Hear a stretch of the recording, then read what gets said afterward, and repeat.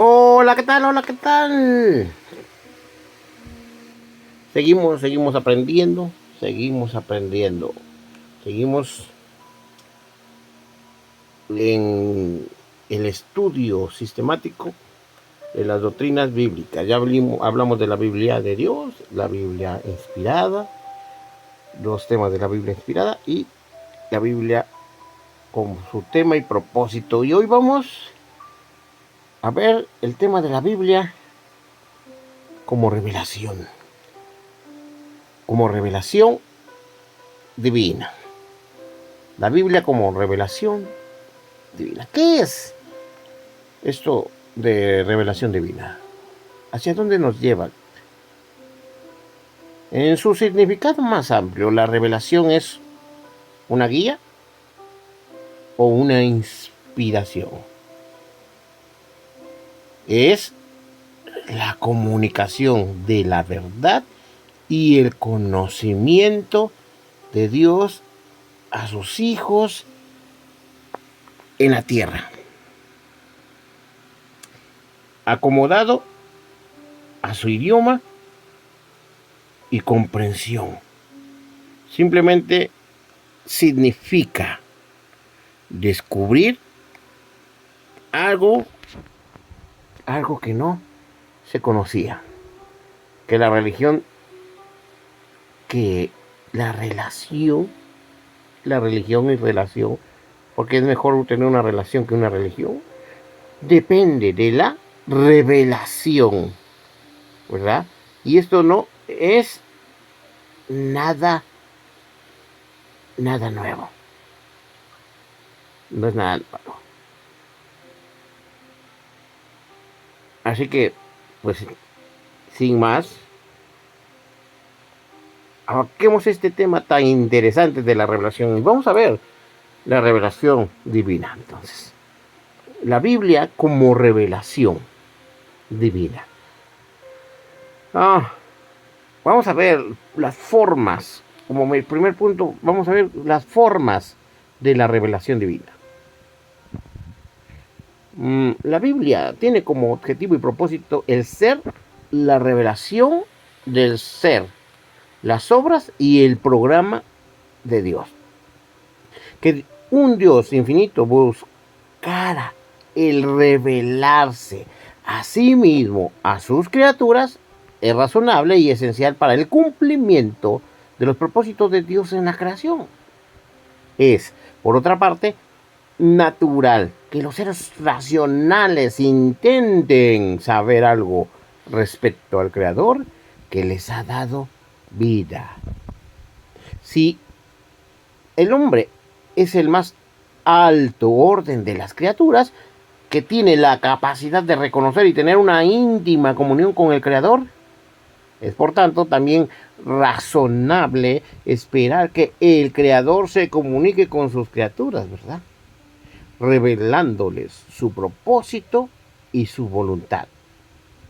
Entonces, hay tres vías de máxima importancia que han sido utilizadas por Dios para revelarse a sí mismo. Y vamos a ver cuáles son. Primera, la revelación de Dios en la creación. La revelación de Dios en la creación. El poder eterno y el carácter de Dios se revelan por las cosas que han sido creadas, queridos. Repito, el poder eterno y el carácter de Dios se revelan por las cosas que han sido creadas. Ahí en Romanos, en el capítulo 1, versículo 20, la Biblia nos narra lo siguiente: porque las cosas invisibles de Él, su eterno poder y deidad, se hacen claramente visibles desde la creación del mundo, siendo entendidas por medio de las cosas hechas, de modo que no tienen excusa.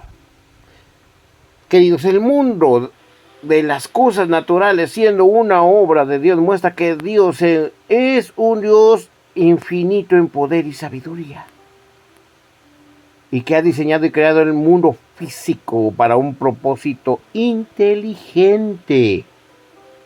Entonces, la revelación de Dios mediante la naturaleza, sin embargo, tiene sus limitaciones al no aparecer claramente manifestado el amor y la santidad de Dios.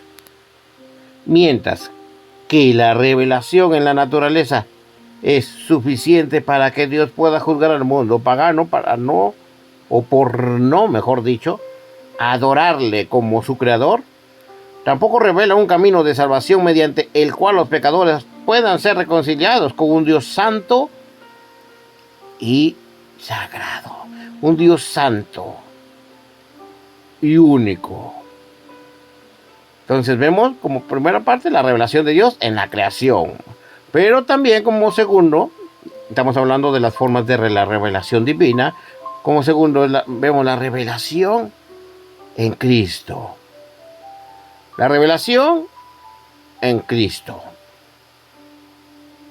Cristo es una suprema revelación de Dios y fue suministrada en la persona y obra de Jesucristo, que nació en su tiempo debido. Gálatas 4:4 nos narra. Gálatas 4:4 nos narra.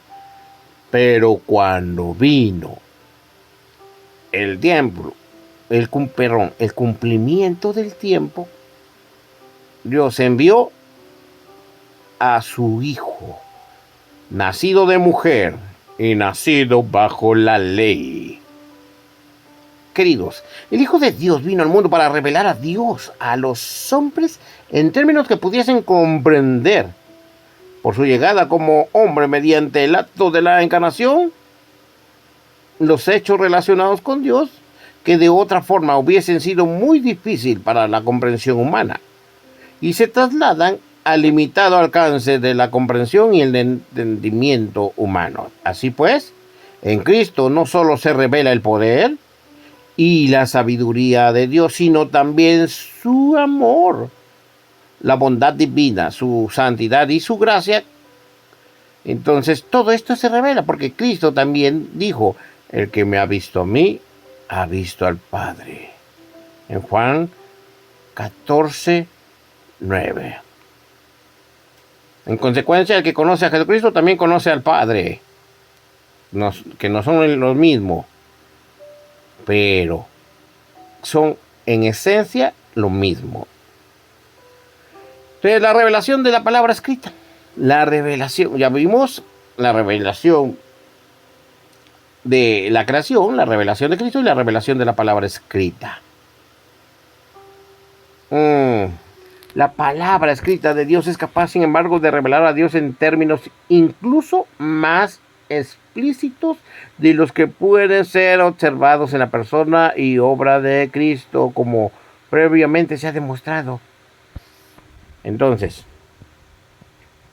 es la Biblia la que nos presenta a Jesucristo tanto como el objeto de las profecías como su cumplimiento con todo. La Biblia va aún más allá, dando detalles respecto a Cristo. Muestra el programa de Dios para Israel, para las naciones, así como para la iglesia. Trata de muchos otros temas de la historia del género humano y del universo. La Biblia entonces no solo muestra ni presenta a Dios como su tema fundamental, sino que también nos muestra sus propósitos que vimos en el tema anterior. La revelación escrita lo incluye en todo en sí misma. Expone de la forma más clara y convincente todos los hechos que conciernen a Dios y que están revelados en la naturaleza, y proporcionan el único registro que atañe a la manifestación de Dios en Cristo. También se extiende la divina revelación de los grandes detalles que se relacionan con Dios, Padre, Hijo y Espíritu Santo. Los ángeles, los demonios, el hombre, el pecado, la salvación, la gracia y la gloria y la sanidad divina. La Biblia, pues, puede ser considerada como el complemento perfecto de la divina revelación de Dios. parcialmente revelada en la naturaleza y más plenamente revelada en Cristo y revelada completamente en la palabra. Otra vez voy a decirlo, eso. Lo voy a repetir, subrayar, enfatizar. Parcialmente revelada en la naturaleza y más plenamente revelada en Cristo y revelada completamente en la Escritura. En la Escritura. Amén. Revelación especial. Estábamos viendo la revelación o las formas de revelación divina. Ahora vamos a ver lo de la revelación especial. Queridos, a través de toda la historia del hombre, Dios, o toda esta historia que vemos en el tiempo del hombre, Dios ha suministrado una revelación especial. Se registran muchas ocasiones en la palabra de Dios en la que habla directamente al hombre, como Él lo hizo en el Jardín del Edén, o a los profetas del Antiguo Testamento, o a los apóstoles en el Nuevo Pacto. Algunas de estas revelaciones especiales fueron registradas en la Biblia y forman el único y autorizado registro inspirado que tenemos de tal revelación especial. Una vez completos los 66 libros de la Biblia, la revelación especial en el sentido ordinario de la expresión parece haber cesado. Nadie ha sido capaz de añadir con éxito un solo versículo a las Escrituras como declaración de revelación verdadera. Las añadiduras apócrifas son claramente inferiores y sin la inspiración propiamente dicha que caracteriza siempre todo escrito de la palabra. Aunque algunos libros apócrifos serían excelentes leerlos. No los deseche, no caiga en el terreno de la religiosidad.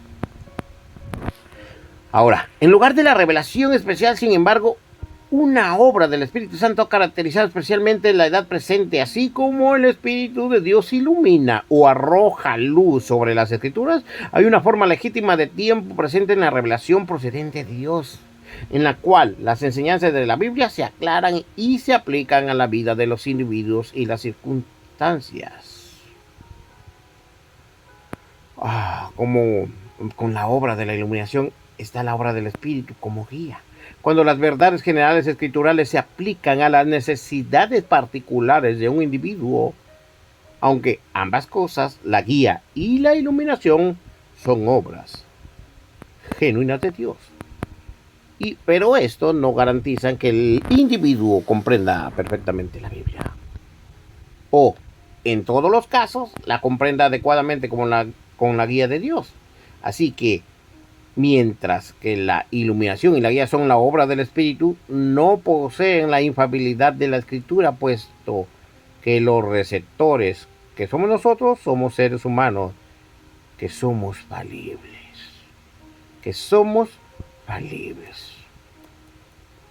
En consecuencia, la Biblia es un libro cerrado por lo que respecta a su verdadero significado. Para quien no sea hijo de Dios y no esté enseñado por el Espíritu, entonces ello requiere además por parte del individuo estudioso de la Escritura una íntima proximidad con Dios, en la cual el Espíritu de Dios sea capaz de revelar su verdad. Y ahí entra el tercer tema, que es la interpretación. Y vamos a ver algunos puntos, cabe mencionarlos, porque estamos en el tema de revelación divina. Y hoy en este momento vamos a ver la interpretación. Al recibir la revelación que proviene a través del Espíritu Santo en la forma en que Él enseña la palabra de Dios a un creyente en Cristo, los problemas de interpretación de la Biblia se hacen evidentes, queridos. Entonces, por eso son necesarias ciertas reglas básicas y se tiene que comprender la ciencia, escúchenlo bien, la ciencia de la interpretación, llamada hermenéutica. Aunque existe confianza y seguridad en el Espíritu Santo para la instrucción de la palabra de Dios, hay ciertos principios que tienen que ser enumerados. Uno, el propósito de la Biblia como un todo. El propósito de la Biblia como un todo. Al interpretar la Biblia, cada texto tiene que ser tomado a la luz del contenido total de la Escritura para que la Biblia no se contradiga. No se contradiga así misma. 2. El mensaje particular de cada libro de la Biblia. La interpretación de la Escritura necesita siempre tomar en consideración el propósito del libro, del cual forma parte. Entonces, un estudio de Eclesiastés es, según esto, completamente diferente de un libro como Romano, como el Apocalipsis o los Salmos. Y la interpretación tiene que estar en relación con el propósito del libro, no con lo que nosotros queremos entender. 3. ¿A quién va dirigido? ¿A quién va dirigido? Mientras que toda la Escritura ha sido o ha recibido por igual la inspiración de Dios, no toda la Escritura es igualmente aplicable, queridos. Muchas falsas doctrinas se han producido mediante una errónea aplicación de la Escritura. De esta forma, la cuestión se plantea en lo concerniente a quien se considera en un pasaje particular. Es preciso distinguir la aplicación primaria y secundaria. La aplicación primaria puede extenderse solo al individuo o grupo a quien va dirigida la Escritura. Pongamos un ejemplo: la epístola a los Gálatas o un salmo escrito por David. Hay casi siempre una segunda aplicación. Como las verdades particulares se producen el texto escritural y que se descubre que tienen una aplicación general más allá de aquel a quien están realmente dirigidas. Así, mientras la ley en el Antiguo Testamento está dirigida a Israel, los hijos de Dios, los cristianos, pueden estudiarla con provecho como una revelación de la santidad de Dios, cambiando algunos particulares en su aplicación hacia nosotros, porque si no, estaríamos mezclando ley y gracia. Por eso es interesante hacia quién va dirigido. Entonces ya vimos el propósito de la Biblia como un todo. 2. El mensaje particular de cada libro. 3. ¿A quién va dirigido? 4. El contexto. El contexto. Una de las importantes consideraciones en la exposición de cualquier texto es considerar el contexto inmediato. Con frecuencia, esto proporciona la pista, la guía para lo que fue escrito intencionalmente en esa declaración particular. La escritura que precede y sigue cualquier versículo dando ayuda al lector, al estudioso, a comprender tal versículo en sí mismo. 5. Las enseñanzas similares en otra parte de la palabra de Dios. Las enseñanzas similares en otra parte de la palabra. Ya que la Biblia no puede contradecirse a sí misma, cuando se hace una declaración teológica, bíblica, espiritual en un versículo, ha de estar armonizada, compaginada, enlazada con cualquier otra declaración teológica similar en otra parte. Esta es la tarea particular de la teología sistemática, la cual intenta tomar toda la revelación divina y exponer de forma clara y convincente su contenido en una forma doctrinal que no sea contradictoria de cualquier porción o parte de la Sagrada Escritura. Con frecuencia unos libros se complementan recíprocamente con otros. Por ejemplo, el libro del Apocalipsis repetidamente depende para su interpretación del libro de Daniel. o de otro del Antiguo Testamento en sus profecías. Si el Espíritu Santo es el autor de la totalidad de la palabra de Dios, querido, lo que se dice en un lugar debe ayudarnos a comprender lo que se dice en otra parte de la Escritura. 6. Exégesis precisa de las palabras en un texto particular. Exégesis precisa de las palabras en un texto particular. La Biblia fue escrita originalmente en hebreo y en griego y en arameo, algunas partes, queridos. Y con frecuencia se presenta la dificultad de su correcta traducción. Por tanto, el conocimiento del lenguaje original es demasiado necesario para determinar con exactitud lo que dice el texto. Los estudiosos de la escritura que no disponen de estos recursos técnicos pueden ayudarse frecuentemente por comentarios y exposiciones hechos por autores capacitados para arrojar luz sobre un texto particular. Aunque para la mayor parte de los propósitos una buena traducción es suficiente. Algún estudioso que ponga cuidado en su esfuerzo se ayudará a veces consultando trabajo de autoridades bíblicas competentes, capaces de aclarar un texto específico. Por añadidura, para determinar el significado real de las palabras, su etimología. ¿Qué es etimología? Pues el estudio de la raíz de la palabra, ¿verdad? Entonces, para determinar el significado real de las palabras, la adecuada interpretación asume que cada palabra tiene un significado literal normal, a menos que haya razones para considerarla como una figura, un tipo del discurso. Por ejemplo, la tierra prometida a Israel no debe ser considerada como una referencia al cielo, nunca, sino más bien como una referencia literal a la tierra santa, a Israel.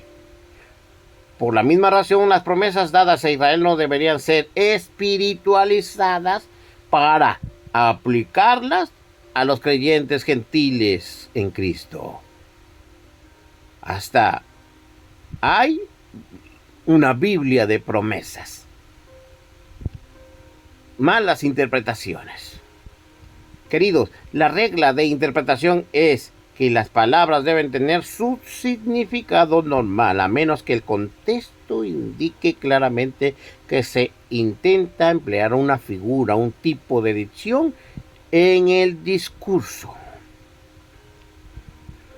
7 y última, precauciones contra los prejuicios. Precauciones contra los prejuicios.